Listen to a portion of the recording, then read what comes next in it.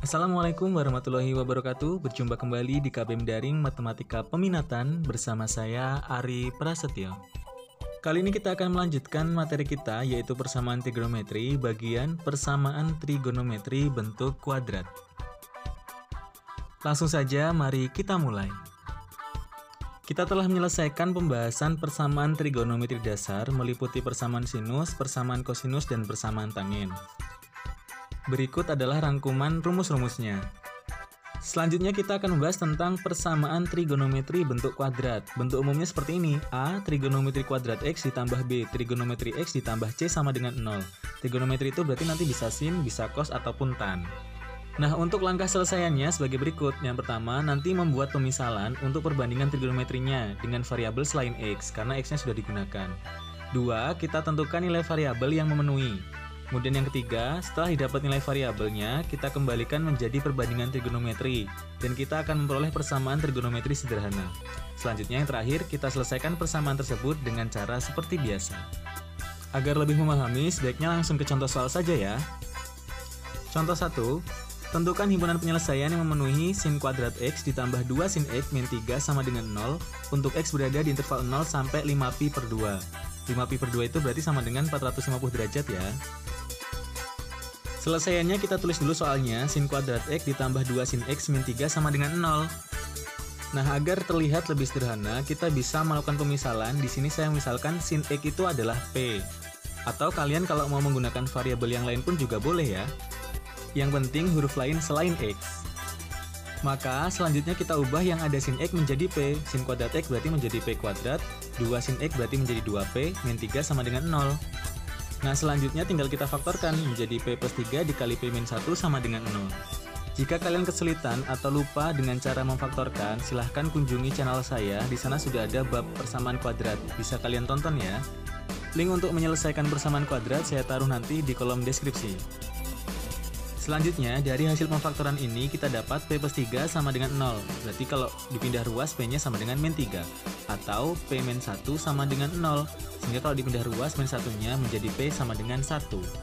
Nah, di sini tugas kita belum selesai. Di sini kita tidak mencari P, tapi mencari X. Dan di sini ada dua nilai P, yaitu min 3 dan juga 1. Padahal P itu adalah sin X. Dan rentang nilai sin itu paling kecil negatif 1, dan paling gede itu 1. Maka untuk P sama dengan min 3 ini tidak memenuhi. Dan kita tinggal fokus untuk nilai P sama dengan 1. Nah, selanjutnya P ini kita ubah kembali menjadi bentuk awal yaitu sin X. Sehingga kalau P sama dengan 1, maka sin X sama dengan 1. Lalu seperti biasa, ubah 1 menjadi bentuk sin, yaitu sin 90. Lalu kita tulis rumus untuk sin ya, ada 2, alfa ditambah K 360 atau 180 min alfa ditambah K dikali 360. Kita gunakan rumus yang pertama, X sama dengan alfa ditambah K kali 360. Ganti alfanya dengan 90, sehingga menjadi X sama dengan 90 tambah K kali 360. Mulai K-nya dengan 0, berarti menjadi 90 ditambah 0 dikali 360, hasilnya adalah 90. Kemudian K sama dengan 1, berarti X sama dengan 90 ditambah 1 dikali 360, hasilnya adalah 450. Berarti tidak perlu K sama dengan 2 ya, karena nanti sudah melewati batas. Kemudian kita masukkan rumus yang kedua, yaitu 180 min alfa tambah K kali 360. Lalu ganti alfanya dengan 90, menjadi 180 min 90 tambah K kali 360. Nah, itu 180 dikurangi 90 kan hasilnya 90 tambah K kali 360. Ternyata hasilnya sama dengan rumus yang pertama, jadi kita nggak perlu ngitung lagi ya. Kita bisa langsung saja menulis HP-nya, yaitu himpunan penyelesaiannya adalah 90 dan 450. Contoh soal yang kedua, tentukan himpunan penyelesaian yang memenuhi 2 cos kuadrat X tambah 7 cos X min 4 sama dengan 0. Caranya sama, kita tinggal membuat pemisalan. Di sini saya misalkan cos X sama dengan M. Sehingga setiap ada cos X, saya ubah jadi M. Maka 2 cos kuadrat X menjadi 2M kuadrat, ditambah 7 cos X menjadi 7M, min 4 sama dengan 0. Kemudian bentuk persamaan kuadrat ini bisa kita faktorkan menjadi 2M min 1 dikali M plus 4 sama dengan 0. Berarti kita peroleh 2M min 1 sama dengan 0, min 1-nya pindah menjadi plus ya, berarti M sama dengan 1 per 2. Atau M plus 4 sama dengan 0, M sama dengan min 4. Ingat bahwa perbandingan trigonometri nilai paling kecil adalah min 1 dan paling gede adalah 1, maka untuk M sama dengan min 4 ini tidak memenuhi ya. Sehingga kita tinggal fokus untuk M sama dengan setengah, kita kembalikan M ke pemisalan yang pertama, yaitu cos X sama dengan setengah. Lah setengah ini kita ubah menjadi bentuk cos. Lah setengah itu adalah cos dari 60 derajat. Selanjutnya kita tinggal menggunakan rumus cos untuk menemukan penyelesaiannya, yaitu alfa ditambah K dikali 360, atau rumus yang keduanya min alfa ditambah K dikali 360. Kita gunakan rumus yang pertama dulu, X sama dengan alfa ditambah K dikali 360, ganti alfanya dengan 60. Kita mulai dari K sama dengan 0, berarti X sama dengan 60 tambah 0 dikali 360, hasilnya adalah 60. Kemudian kita lanjutkan untuk K sama dengan 1, sehingga X sama dengan 60 ditambah 1 dikali 360, hasilnya adalah 420. Sudah memenuhi interval ya, karena intervalnya di sana cuma 2pi. Maka kita bisa langsung ke rumus yang kedua, yaitu min alfa ditambah K dikali 360. Ganti alfanya dengan 60, sehingga menjadi min 60 ditambah K dikali 360. Kita jalankan K-nya mulai dari 0, X sama dengan min 60 tambah 0 dikali 360, hasilnya adalah min 60. Kemudian untuk K sama dengan 1, X sama dengan min 60 ditambah 1 dikali 360, hasilnya adalah 300. Untuk K sama dengan 2 sepertinya sudah melebihi batas ya, jadi tidak perlu. Selanjutnya kita bisa menentukan himpunan penyelesaiannya, yaitu 60 dan 300. Atau kalau dibuat menjadi radian, menjadi pi per 3 dan 5pi per 3. Satu contoh soal lagi. Tentukan himpunan penyelesaian yang memenuhi cos 2x ditambah 1 sama dengan 3 sin x. Untuk x berada di interval 0 sampai 2pi. Pertama kita pindah ruas dulu 3 sin x-nya ke ruas ke kiri, berarti menjadi cos 2x min 3 sin x tambah 1 sama dengan 0. Nah di sini ada cos 2x dan ada sin x. Maka kita harus mengubah nih, harus disama-samakan sin x atau disama-samakan menjadi cos x. Nah bentuk ini yang paling mungkin bisa kita ubah adalah cos 2x-nya. Ingat rumus sudut rangkap untuk cos ya, di pelajaran sebelum PTS, bahwa cos 2a itu bisa berubah menjadi cos kuadrat a min sin kuadrat a, atau bisa menjadi 1 min 2 sin kuadrat a, atau bisa menjadi 2 cos kuadrat a min 1.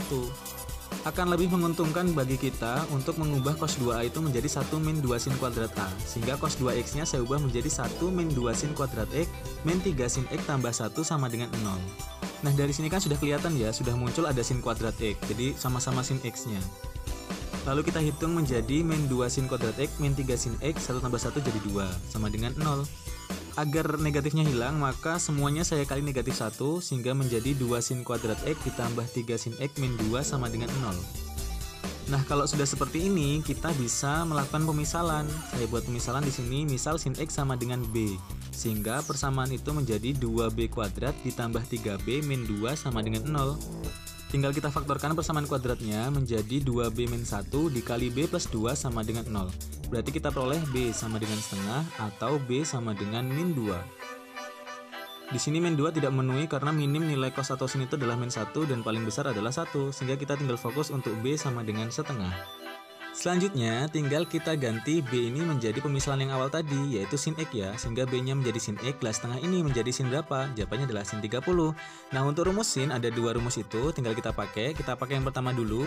Ganti alfanya dengan 30, sehingga menjadi 30 ditambah K kali 360. Tinggal kita jalankan K-nya, mulai dari 0, X sama dengan 30 ditambah 0 dikali 360, hasilnya adalah 30. Selanjutnya untuk K sama dengan 1, berarti X sama dengan 30 ditambah 1 dikali 360, hasilnya adalah 390. Nah ini sudah melebihi interval, jadi tidak perlu K sama dengan 2 dan seterusnya. Kita tinggal menggunakan rumus yang kedua saja, yaitu X sama dengan 180, ganti alfanya dengan 30 ya, sehingga menjadi 150 ditambah K dikali 360. Tinggal kita jalankan seperti biasa, K-nya 0, berarti menjadi 150 tambah 0 dikali 360, hasilnya adalah 150. Untuk K sama dengan 1 sepertinya sudah melebihi interval ya, sehingga kita langsung bisa menentukan himpunan penyelesaiannya, yaitu 30 dan 150. Nah seperti biasa, tugas kalian hari ini adalah memahami materi yang ada di video ini. Tonton berulang-ulang ya biar sampai paham. Kemudian buat catatan, difoto dan dikirimkan ke Google Classroom. Demikian KBM kita pada hari ini. Sampai jumpa di KBM berikutnya. Saya Adi Prasetyo. Assalamualaikum warahmatullahi wabarakatuh.